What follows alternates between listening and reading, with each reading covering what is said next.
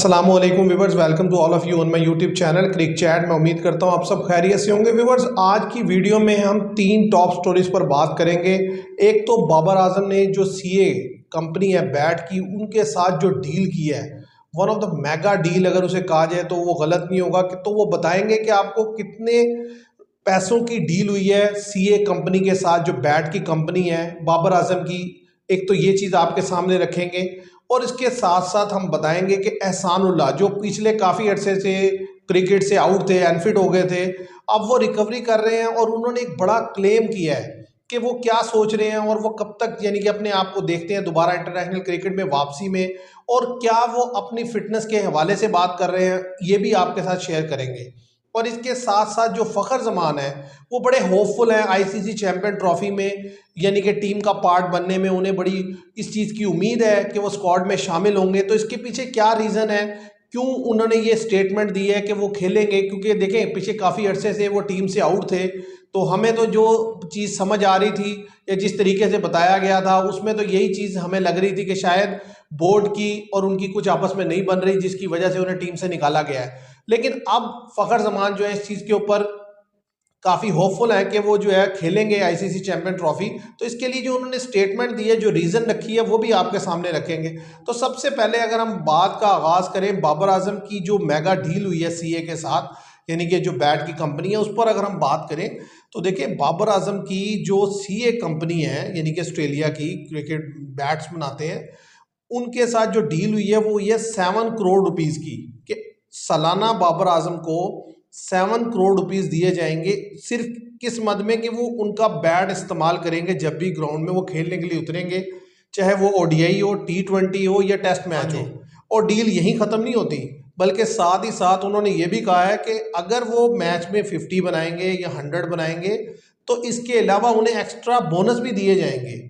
तो आप अंदाज़ा कर सकते हैं कि आज क्रिकेट में कितना कमर्शियलिज्म है, कि आप देखें कि एक प्लेयर जो मतलब स्टार है तो उसकी चाहे बैट है, उसकी चाहे वो शर्ट है जो वो पहनता है या वो शूज़ जो वो पहनता है, हर चीज़ उसको पे कर रही है। तो इसीलिए इन प्लेयर से एक्सपेक्ट भी किया जाता है कि ये बेहतर से बेहतर परफॉर्म नो करें। डाउट। फिर इनकी जैसे ही परफॉर्मेंस नीचे जाती है तो इन पर तनकीद भी फिर बड़ी शदीद किस्म की होती है, तो फिर ज़ाहिर है वो बनती भी। आप देखें, मैं बड़ी हैरान कुन डील है ये। नो डाउट के आपने बताया कि ऑस्ट्रेलिया की कंपनी है बैट कंपनी सीए की, तो उन्होंने आप देखेंगे बाबर आजम जो है पीछे रिसेंट काफ़ी अर्से से फ्लॉप है।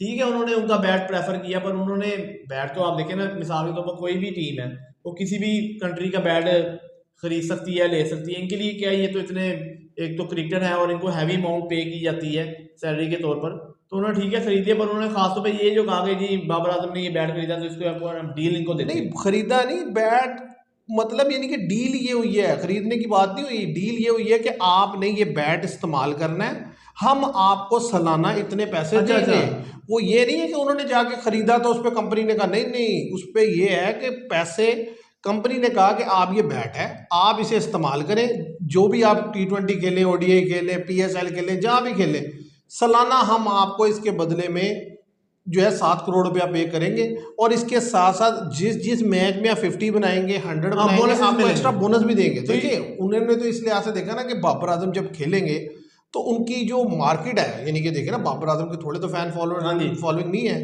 तो वो ये है कि जहाँ जहाँ जाएंगे, जहाँ जहाँ खेलेंगे, वहाँ पर उसकी मार्केटिंग होती जाएगी बैट की, तो वहाँ पर उनकी सेल बढ़ती चली जाएगी। वो तो उनको एक ब्रांड एम्बेसडर के तौर पर हाँ देख जी। रहे हैं बाबर हाँ आजम जी, को। No doubt. बड़ी अच्छी ऑफर किया उन्होंने, और खासतौर पे आप देखेंगे उन्होंने बाबर आजम को सिलेक्ट किया, वरना वो किसी और बैट्समैन को भी सिलेक्ट करते हैं। नो डाउट बाबर आजम जो है पाकिस्तान के एक शानदार क्रिकेटर है। ठीक है, थोड़ी जो है उनकी परफॉर्मेंस डाउन डाउन रही पिछले ईयर में, पर यह है कि उन्होंने टी20 वर्ल्ड कप में बड़ा बेहतर परफॉर्म किया। उसके अलावा भी कि नो डाउट जो है पाकिस्तान के प्रीमियम बैटर के तौर पर बाबर आजम है, और अभी 32 ईयर्स के हैं, और अभी कम से कम अगर परफॉर्मेंस बेहतर रहेगी तो 5 से 6 साल खेल सकते हैं। तो इसलिए कोई भी कंट्री जो है वो उसी बैट्समैन को प्रेफर करती है जो बेहतर हो, जो स्टार हो। नो डाउट कि अभी उन्होंने ऑस्ट्रेलियन की जो कंपनी है बैट की, उन्होंने बाबर आजम को प्रेफर किया है। आने वाले सालों में वो सैम अयूब को प्रेफर करें या कामरान गुलाम को करें, और भी किसी कंट्री के, इंडिया के किसी बैटर को ले सकते हैं, तिलक वर्मा उसमें हो सकते हैं, और भी जो इंटरनेशनल खेलेंगे। तो नो डाउट ये बाबर आजम के लिए अच्छा साइन है कि जी उनको इतनी बड़ी डील मिली है 7 करोड़ की, और खास जब उस बल्ले से वो 100 बनाएंगे, 50s बनाएंगे, उसके अलावा उनको एक्स्ट्रा बोनस भी पे करेंगे, तो ये बड़ी शानदार डील है। और बाबर आजम को चाहिए कि आप बेहतर खेलते हुए दिखाई दें तीनों फॉर्मेट में। और अब अगर हम व्यूवर्स बात करें कि ये तो हो गई बाबर आजम की डील की बात, कि जाहिर है उनको अच्छी डील ऑफर हुई है, अब देखते हैं वो कैसी परफॉर्मेंस देते हैं। और देखें तो प्रीवियसली उन्होंने बेहतरी खेला है साउथ अफ्रीका में। अब अगर आप देखें कि एहसानुल्लाह जो पाकिस्तान के इमर्जिंग स्टार थे एक नो वक्त में, डाउट, हाँ यानी जी, कि, और उन्होंने खेला भी, एक आधा मैच खिलाया भी गया उन्हें, और अच्छी पेस के बॉलर थे। नो डाउट कि उन्होंने पीएसएल जो 22-23 का जो पीएसएल था उसमें बड़ी शानदार बॉलिंग की, लेकिन उसके बाद फिर वो अनफिट हो गए, और अनफिट होने के बाद फिर वो जिस तरह क्रिकेट से आउट ही हो गए। काफ़ी टाइम लगा उनको जो है वो रिकवरी में, और अब दोबारा से जो है वो उन्होंने क्रिकेट खेलना शुरू की है। खासतौर पे जो चैंपियन T20 हाँ कप जी, हुआ नो पाकिस्तान में, डाउट, उसमें वो ऐसे ही। खेले। और उसमें खेलते हुए जो देखा गया कि अर्ली ऑन जब उन्होंने स्टार्ट किया खेलना, तो उनकी जो स्पीड थी वो बहुत ज़्यादा कम थी, यानी कि वो 120 से 130 के राउंड ही बॉलिंग की उन्होंने। लेकिन जैसे जैसे दिन गुजरते गए, वक्त के साथ साथ उन्होंने अपनी स्पीड को इन्हेंस किया और 140 तक ले गए। अब उनका ये कहना है कि अगर मुझे जैसे जैसे वक्त मिलता जाएगा, 1 महीने के अंदर, 2 महीने के अंदर, मैं अपनी स्पीड 150 तक ले जाऊंगा जहां पर मेरी स्पीड थी। और उन्होंने जो अपना ख्वाब बताया, जो उनकी सोच है, वो ये है कि मैं चाहता हूं कि मैं 160 तक जाऊं, 160 किलोमीटर तक मैं गेंद फेंकूं। लेकिन बात यह है कि देखें, एक आपका ड्रीम होता है, उसके बाद फिर हाँ आपका जी, पैशन होता है, और फिर लक भी होती है। देखिए वो लड़का बुरा बॉलर नहीं था, अच्छी बॉलिंग कर रहा हाँ था, जी, नो, अच्छी पेस से बॉलिंग कर रहा था, लेकिन बाय चांस ऐसी इंजरी हुई कि बड़ा टाइम लगा उन्हें रिकवरी करने में। और जिस तरीके से डॉक्टर्स ने कहा था कि भाई उनके लिए, क्योंकि एल्बो का इशू है, तो ज़ाहिर है आपको पता है बॉलिंग में जो बड़ा रोल प्ले करती है हाँ ये जी, एल्बो। तो अगर, तो ज़ाहिर है वो जिस तरीके से उन्होंने रिकवरी करके अब अपनी स्पीड बढ़ानी शुरू की है, अगर तो वो इसमें कामयाब होते हैं तो पाकिस्तान को नो डाउट के बॉलर्स की कमी है इस वक्त, और पाकिस्तान उन्हें चांस देगा ही देगा। हाँ, देर सवेर हो सकती है, 2 महीने 4 महीने ऊपर नीचे हो सकते हैं, लेकिन उनको मौका मिलेगा ही मिलेगा। सिर्फ असल चीज़ ये है कि अगर वो जो बात कर रहे हैं वो उस पर पूरा उतर जाएं, और वो उतनी कमिटमेंट से बॉल कर दें, और अपनी फिटनेस साबित कर दें, और उतनी स्पीड जनरेट कर लें। आप देखिए, आपने सही बताया। बात यह है कि एहसानुल्लाह को एक तो चांस दे पीसीबी, ठीक है, टेस्ट में चांस दे पहले कि वो उधर डिलीवर करें। नो डाउट कि उनका एक ख्वाब है कि 160 तक जाएं। अगर वो 150 को भी टच कर देते हैं तो ये बहुत बेहतर है। हम्म 140 प्लस का बॉलर जो है बड़ा शानदार बॉलर होता है। जरूरी नहीं कि आपने जो, ठीक है, आपने अच्छा ख्वाब रखा कि आप जितनी लंबी सोच आपकी होगी उतना आप बेहतर परफॉर्म कर सकेंगे। और नो डाउट जो एहसानुल्लाह जो है लास्ट ईयर पीएसएल में बड़े उभरते हुए मुल्तान सुल्तान की तरफ से खेले थे। उसके बाद ये है कि इनको आपने बताया एल्बो इंजरी हुई, काफ़ी अर्सा जो है टीम से आउट रहे। अगर ये बेहतर हो जाते, जल्दी अपनी इंजरी से रिकवर पा जाते, तो नो डाउट अब इनको चांस मिल जाता। कि मिसाल के तौर पर आप देखें जिम्बाब्वे में काफ़ी यंगस्टर गए हमारे, साउथ अफ्रीका में काफ़ी, तो शायद इनको T20 वगैरह एक दो खिला देते या टेस्ट में डाल देते। पर अब ये इन्होंने चैंपियन T20 कब खेला है, तो ज़्यादा चांस है कि अब जो आने वाला वेस्ट इंडीज़ का टेस्ट स्क्वाड है शायद इनको रख लें स्क्वाड देखिए में। टेस्ट में तो मुझे नहीं लगता, लेकिन मेरा ख्याल है इस दफ़ा जब पीएसएल होगा हाँ और जी, उसमें जब ये खेलते हुए नजर आएंगे, अगर वहाँ उस स्टेज पर इन्होंने एक दफ़ा फिर वैसी परफॉर्मेंस दी जैसी कि जब लास्ट हाँ टाइम जी, पीएसएल में दी थी, तो फिर उसके बाद जो आने वाले टूर्स होंगे जो उसमें बेहतर होंगे। पीएसएल के बाद, तो उसमें ज़्यादा चांसेस होंगे फिर इनको ओडीआई में, T20 में जो है मौका मिलेगा। फिर वहाँ पर अगर ये परफॉर्म करके देंगे तो फिर आहिस्ता आहिस्ता आगे आ जाएंगे। असल चीज़ क्या है कि देखें, आपकी कमिटमेंट, आपकी फिटनेस और लक सारा कुछ मिलके हाँ ही जी, रोल फिर प्ले ही होता, करते फिर हैं। आपकी देखिए बाद अब आप बड़ी एफर्ट कर रहे होते हैं, बड़ी कमिटमेंट शो कर रहे होते हैं, लेकिन बदकिस्मती होती है, बैड लक होती है, अनफॉर्चुनेट रहते हैं, और कोई ना कोई प्रॉब्लम आ जाती है, कोई इंजरी का। अब देखें ना, साइम अयूब मतलब राइजिंग स्टार है, हाँ जी, नो लेकिन डाउट। किसी को पता था कि मतलब सिंपल एक फील्डिंग के लिए जा रहे हैं, टेस्ट मैच है, कोई मसला नहीं, गेंद जा रहा है, वो रोकने के लिए जाते हैं, अचानक से पाँव ऐसा हाँ जी, मुड़ता है कि कि वो, वो 4-6 हफ्ते के लिए जो है वो आउट हो जाते हाँ, हैं इंटरनेशनल इंटरनेशनल क्रिकेट से।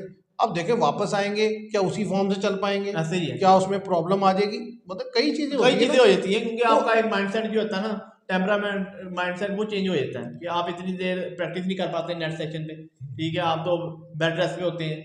फिर आस्ता आस्ता आप प्रैक्टिस शुरू करेंगे। फिर मिसाल के तौर पर ट्राई नेशन में ये मुश्किल ही अवेलेबल, अगर तो अवेलेबल होते हैं तो फिर टीम को फेस करेंगे, साउथ अफ्रीका और न्यूजीलैंड को, उधर कैसा परफॉर्म करते हैं। जाहिर है जब आप आउट हो जाते हैं उसके बाद दोबारा कमबैक करने में हाँ टाइम जी, तो लगता टाइम है ना। लगता है। अब यानी कि आए तो हो सकता है पहले मैच में रन कर दें, नहीं तो फिर दोबारा स्ट्रगल करें। तो कहने की बात ये बैड लक हो गई। अब इसी तरीके से आप देखें इमामुल हक बड़ी इमर्जिंग स्टार थे पाकिस्तान के, मैं ये समझता हूँ। जब शामिल किया गया तो बड़ी तनकीद थी कि जी इंजमाम जो है हाँ जी, रिश्तेदार हैं, इन्होंने इन्हें शामिल कर लिया, लेकिन उस लड़के ने जब खेला तो उसने खेल के बेहतर खेल बताया। के दिया, हाँ जी, और नो ख़ास तौर पे डाउट। आपको याद होगा 2018 या शायद उससे पहले या उसके आसपास पाकिस्तान ने साउथ अफ्रीका का दौरा किया था, जिसमें इन्होंने 150 रन किया था नहीं मामूल हक ने, और बड़ी शानदार। लेकिन क्या हुआ था, इन्हें उसी दौरे पे या उसके बाद बॉल लगी थी, उसके बाद ये ना ठीक घबरा है। गए कोई। उसके बाद से मुझे मामूल हक की बैटिंग में उतना यानी कि स्पार्क या उतनी एनर्जी नहीं नजर आई, थोड़ा सा जो है ना घबराए घबराए खेलते हैं। कॉन्फिडेंस अब यह है कि उसके बाद भी उन्होंने इनिंग्सें खेली है, लेकिन हाँ उनका थोड़ा स्ट्राइक रेट कम हो गया, तो बेहतर प्लेयर है। लेकिन वो ज़ाहिर है, मैंने कहा जिस तरह अनफिट होने के बाद दोबारा आया, थोड़ा प्रॉब्लम हो जाता है। अब ये है कि देखना होगा कि भाई वो जब वापस आएंगे कैसे करेंगे। इसी तरह जब एहसानुल्लाह कहते हैं कि मैं बेहतर गेंद कर रहा हूँ और मेरी स्पीड वक्त के साथ साथ बढ़ रही है, बेहतर हो रही है, तो देखिए PSL सबसे बड़ा एक टेस्ट है हमारे यहाँ, सीधी सी बात है। जब उधर आप खेलेंगे, अच्छा परफॉर्म करेंगे, सबकी नज़रों में आएंगे, बेहतर गेंद करेंगे, तो आपको जो है वो चांस मिल जाएगा। और अब अगर हम बात कर लें फ़खर जमान की, देखिए फ़खर जमान जो है पाकिस्तान के नो डाउट मैं समझता हूँ T20 और ODI के बेस्ट बैट्समैन है, इस लिहाज से कि वो मॉडर्न डे क्रिकेट में हमारे पास अगर कोई बैट्समैन है जो उस लिहाज से खेलता है तो वो फ़खर जमान है।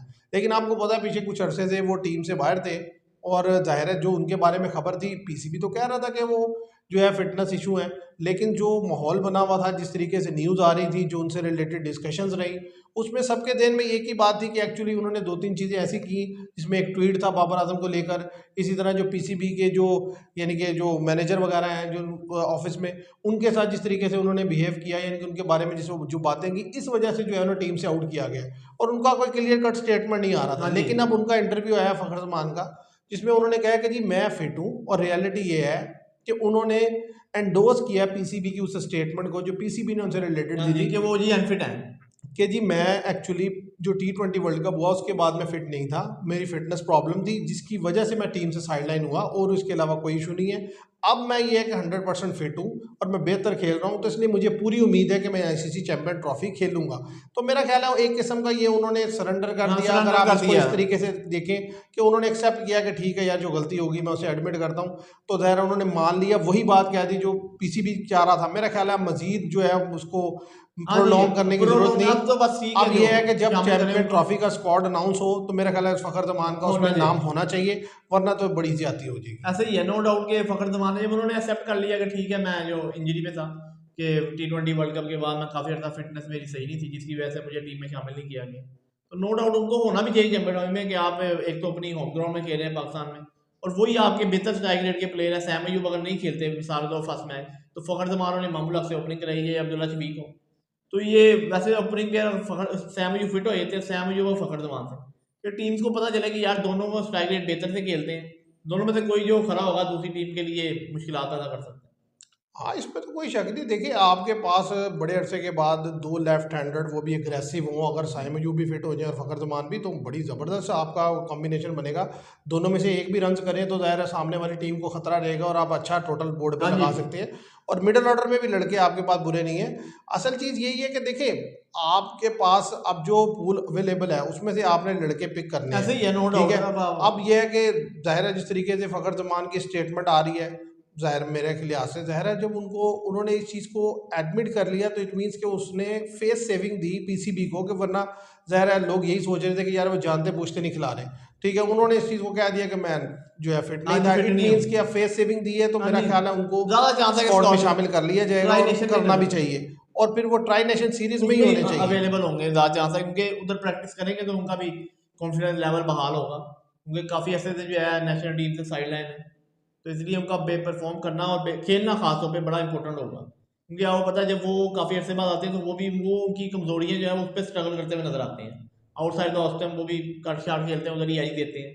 तो असल में यहाँ पर उन्हें थोड़ा सा बेनिफिट ये रहेगा कि पाकिस्तान में कोई इतना कुछ स्विमिंग ट्रैक तो होता नहीं है, फिर भी बैटिंग यानी कि जो करना है वो पाकिस्तान में इजी होता है कंपैरेटिवली दूसरे किसी कंट्री में आप खेलते हुए, यानी कि ऑस्ट्रेलिया, इंग्लैंड, इधर खेलना मुश्किल होता है। और बात ये नहीं, देखिए जो स्ट्रोक प्लेयर होता है ना, उसको ये प्रॉब्लम होती है कि वो ज़रा आज हो जाएगा सारा, लेकिन असल चीज़ है वो अपने दिन में मैच विनिंग प्लेयर है, क्योंकि उन्होंने ये है कि वो स्पिनर के खास तौर पे जो उनकी क्वालिटी है वो है स्पिन के अगेंस्ट बड़ा शानदार खेलते हैं, और हमारे जैसे ट्रैक होते हैं ज़ाहिर इधर स्पिनर्स ने ओवर करने ही करने हैं 20 ओवर, कोई भी टीम में मेरा नहीं ख्याल, चाहे ऑस्ट्रेलिया हो, अफ्रीका हो, जो भी हो, इंग्लैंड, सब 20 ओवर तो एटलीस्ट स्पिनर से करवाएंगे, नो डाउट, ठीक है, चाहे इंडिया हो, जो भी, और न्यूजीलैंड इवन के। तो ऐसी सिचुएशन में वो प्लेयर जो स्पिनर के अगेंस्ट अटैकिंग क्रिकेट खेल सकते हैं, उनका होना मैं समझता हूँ बड़ा इंपॉर्टेंट है। दोनों तरफ बड़ा इंपॉर्टेंट है, खासतौर पर फ़खर जमान ने हमें दिखाया वर्ल्ड कप में T20 वर्ल्ड कप हुआ जो ऑस्ट्रेलिया में 2022 में, बड़ा इन्होंने मिचेल सेंटनर को जो छक्के लगाए कि आप देखें, बल्कि उसके बाद उन्होंने निश स्टूडी को भी बड़ा बेहतर खेले थे। ऐसे ही है जो 2023 के वर्ल्ड कप में बड़ा हाँ जी, जबरदस्त न्यूजीलैंड के रन हाँ जी, ये किया। वो उसी की बात कर रहा हूँ कि इंडिया में जो हुआ था, बेंगलोर में मैच हुआ था, हाँ जी, उसमें उनके बड़ा शानदार खेले। बड़ा लॉन्ग टोटल लगाया था न्यूजीलैंड ने बॉल पे 350 प्लस का मेरे ख्याल से 400 का 400 के राउंड बॉल लगाया था। और आप देखेंगे वो एक तो बारिश हो गई, हम्म, टकवर्थ लुईस मैथर के तहत जो है पाकिस्तान ने विन किया मैच। तो वो बड़ी शानदार हाँ इनिंग्स जी। खेली थी उन्होंने।